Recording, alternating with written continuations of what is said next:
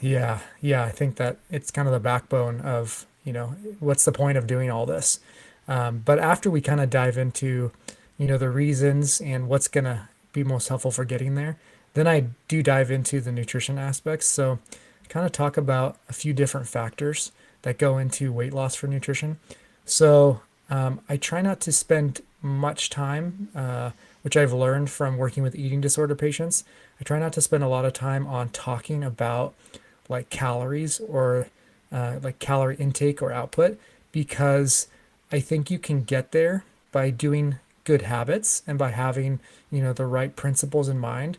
But I think if you fixate on calories too much, then I think a lot of people they just get caught up in the numbers game Mm. instead of thinking about the habits and the long term, pieces that they want to start to put into their lives. So even though I know like calories in and calories out will determine that weight balance over time, I think it's more important that they work on the habits, and then as a side effect, we'll see those calorie measures kind of balance out for themselves. Not everyone is willing to weigh every gram of food and log it into a calorie tracker after all.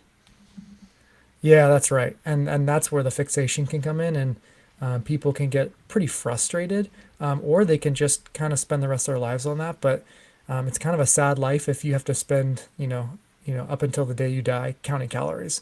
Hmm. So my goal is, we can talk about it, but I want to instill the habits that then cause, weight loss and calorie depletion as a side effect. So there's a couple factors that I kind of draw on. The first one being that I want to make sure people understand meal timing because a lot of people, um, they're just very chaotic eaters. So, I work with a lot of people who say, I skip breakfast and then I'll have kind of a small lunch. And then by the time dinner and dessert come, I eat, I binge, I have tons of food at night. And so this is a behavior that is not uncommon, but then it really throws people off so that they can't control the amount of food they're eating, which again will affect calories. But if I can get people to eat on a more consistent basis, which is just to have, three meals at very similar times each day, then their hunger hormones will respond in a lot more balanced way. So they'll get hungry at the right time every day. They'll feel full when they're almost done eating. And that will really control just the amount of food and even the types of food they're eating. So they won't have this strong pull to eating, like these high sugar, high fat desserts at the end of the night because their body's essentially asking them, I need more, and I don't know what to expect next. So I'm going to ask you to give me as much as possible. And so I try to fix that from giving them a more consistent meal timing. So meal timing is kind of the big one right off the bat that we This is work on. so true because I'm just thinking that the days where I pack and pre-prep all of my food, for me I'm more of like a small breakfast. I kind of eat like a hobbit, breakfast, second breakfast, 11 C's lunch, and all of. But on the days where I do, it's all the same exact things pretty much. And I find that throughout the day, I'll get hungry at a certain time. I'll eat. I'll be fine, and then my last meal of the day is dinner. I'll eat that, and then I'm good for the rest of the night, unless I stay up later than I normally do. So I think the structure is really important because the days where I don't do that, it's kind of exactly where you just said. I'll have small lunch, small breakfast, dinner comes around, and then I'm still very hungry after dinner, and it's like, Walmart's right down the street, or I'm still Mm-hmm. hungry, or ooh, I got that bag of chips, or whatever it may be, and I just, eat what's there and kind of do that binge thing. Yeah. And so the structure piece can feel a little scary because it's almost like, well, I'm asking you to maybe eat more than you usually would, like eat more meals or, um, yeah, I guess like be consistent when it wasn't familiar to you. So it can be scary. But, after a couple of weeks, when people can recognize their hunger and fullness cues, can, stop eating before it gets super late into the night, and they can, be ready to start again in the morning, I think it creates a much more balanced environment for them. So that meal timing is kind of the first piece. And then the second piece, which is also very difficult for people, but is this idea of portion control. Um, Now, a lot of people will talk about this, but I don't think a lot of people, I guess, understand it super well. So one thing that I encourage is for people to just for like a day or two, maybe even a week, is to kind of measure out their food, not from the standpoint of like you have to get it perfect, but just to see, like what serving size you're really using for some of your foods. Mm. Because I think for a couple people, if I compare people, they might say, I eat the same as, my friend next to me. We're the same height, and we do the same things and we eat the same foods, but I'm much heavier. And then if you looked at their meals, they are the same foods, but they just happen to be eating a little bit bigger portions at each of those things, and they don't realize it. So, if you were to have like an oatmeal breakfast with, banana, berries, and granola or dairy on top or something like that, and if you were to measure it out, and person A was to measure it out and see that they're using a half cup of oats with a quarter cup of milk and quarter cup of granola, and they measured it out, you'd get a certain number of portions, and they would feel good about that and finish it. And then person B might do it without measuring, and they just kind of go off of what fills the bowl or something, and they may end up filling it a lot larger because they had a whole cup of oats, and they had a whole cup of milk, and they had, you know, a cup and a half of granola, and it turns out that that's twice as many calories and a much bigger portion. And even though it's the same foods, and they felt like, I just filled up my bowl with what felt right. Um, I don't want to like knock the intuitiveness of that, but at the same time, sometimes we're just skewed because of, portions that we grew up with. It might be because fast food serves us Mm. really large portions. And so when we do it in our own home, we don't realize that, portions are actually a lot larger than maybe we would need on a consistent basis. So I think just measuring out and getting used to what it looks like visually can help us and kind of train us to eat the right portions over time. Yeah, I've done this with a couple of things lately, actually, specifically coffee creamer and chia seeds. I'll put the chia Uh, seeds in my fruit smoothies, and those things have a lot of calories. hmm And just for fun, I did one serving, which is 130 calories, which is 2 tablespoons. And then I looked at it and I realized that is way less than I've normally been putting in here.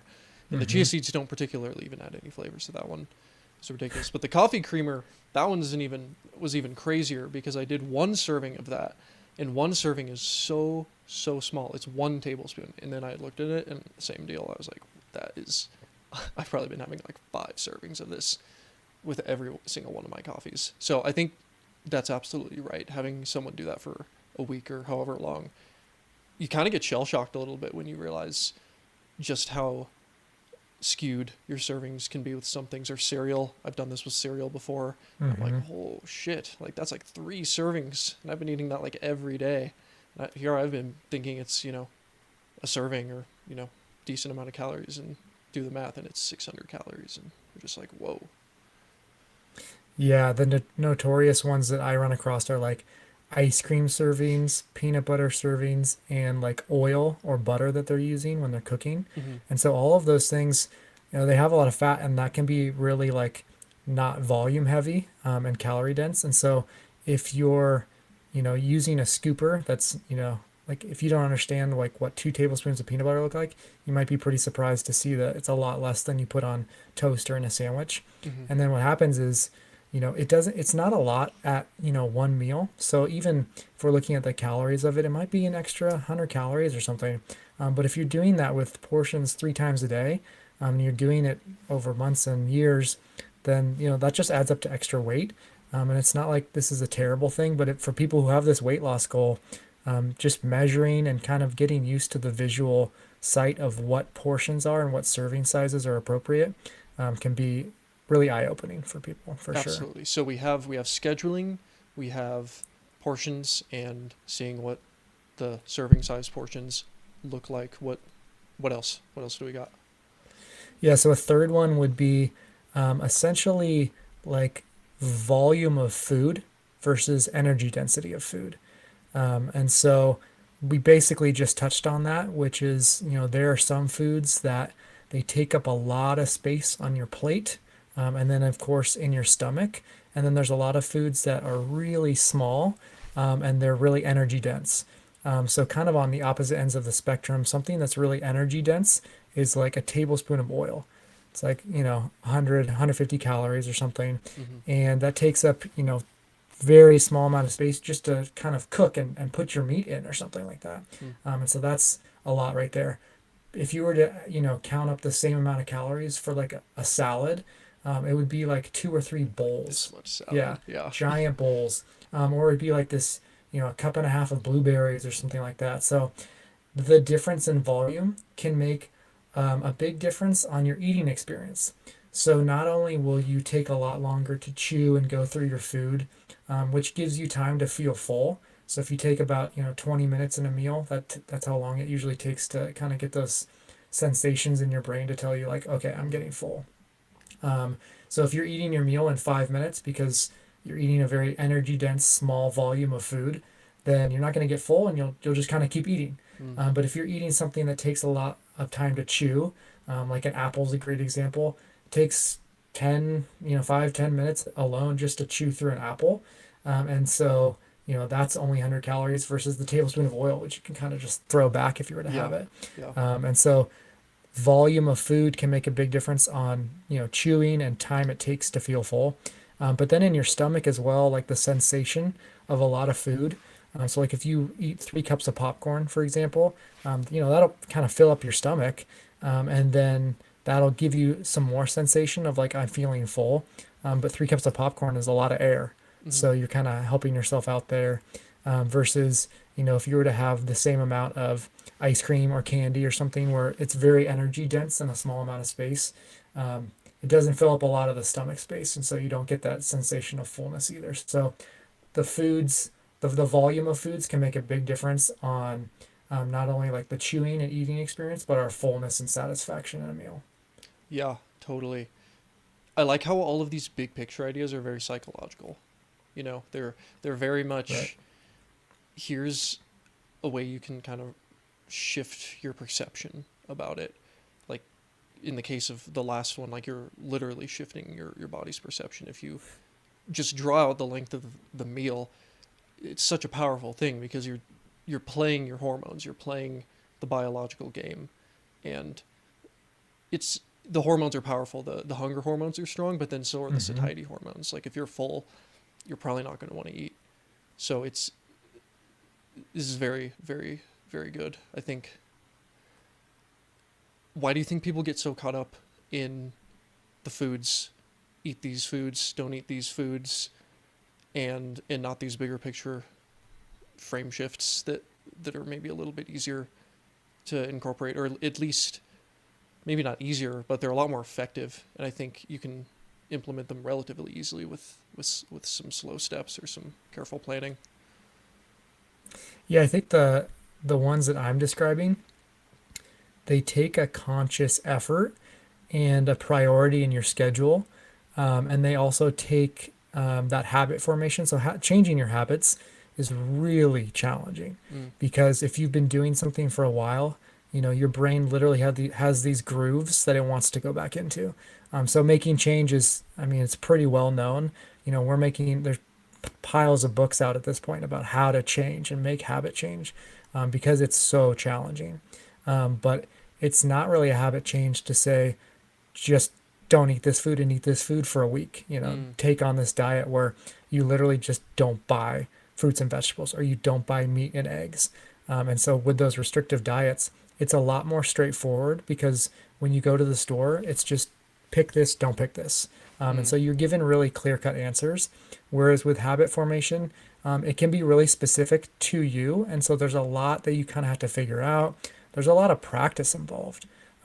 So like with portion control, with understanding volume and energy dense foods, with understanding meal timing, this is going to take, not just a couple days. This will take weeks and months to really figure out what works for you, and kind of play into your schedule, make changes in your pantry that's slow and gradual.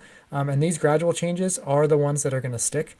But again, like we as people are not very inclined to take on the thing. We're not very forward thinking. Mm. So it's hard to think a year from now and say, like, I'm going to make these really small steps every day. That doesn't feel as good. So it feels a lot better and easier to kind of say, I'm just going to pick up the grocery list of the new diet and see if it works for me. Yeah. Yeah. And then you just keep doing that. week on, week off, week on, week off. Yeah, yeah. I think there, at least in my head, there's probably still some validity to going to the grocery store with some preconceived notions. Like, if you're one of the things I do is I try not to buy stuff that I know are my weaknesses. Like, if I buy a bag of M&Ms with the goal of like I'm just gonna have a couple after dinner, just have some M&Ms, something sweet. It's like, okay, that's great to go into it, but like I know myself. I love M&Ms. I love chocolate. I'm gonna have more than just like four M&Ms, so I just don't buy it. I think, at least for me, that is one of the things that I find useful is just not buying the things that I know are thorns in my side food wise. Hmm. Yeah, and that's a good strategy, and I offer that to clients as like that can be one of your options is to say like I might have to switch my environment at home and create a different pantry and fridge for myself. And so that's definitely a good one. And you are touching on kind of that fourth and final factor that I go through when it comes to weight loss with nutrition. So there was the meal timing, the portions, the energy and volume density of a food. And then the fourth one is kind of that like processing of food and the effect that it has on our brains and our bodies.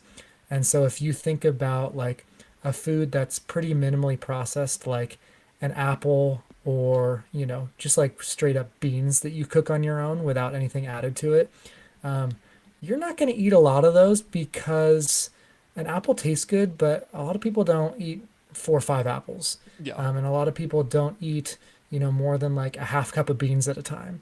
And so you'll stop because they're tasty, but there's a limit to how good they're tasting. Hmm. And you're gonna stop kind of naturally because your body gets full from them because of all the components that are in it. And it doesn't activate kind of that same level of dopamine and excitement Mm, that gets you to keep eating.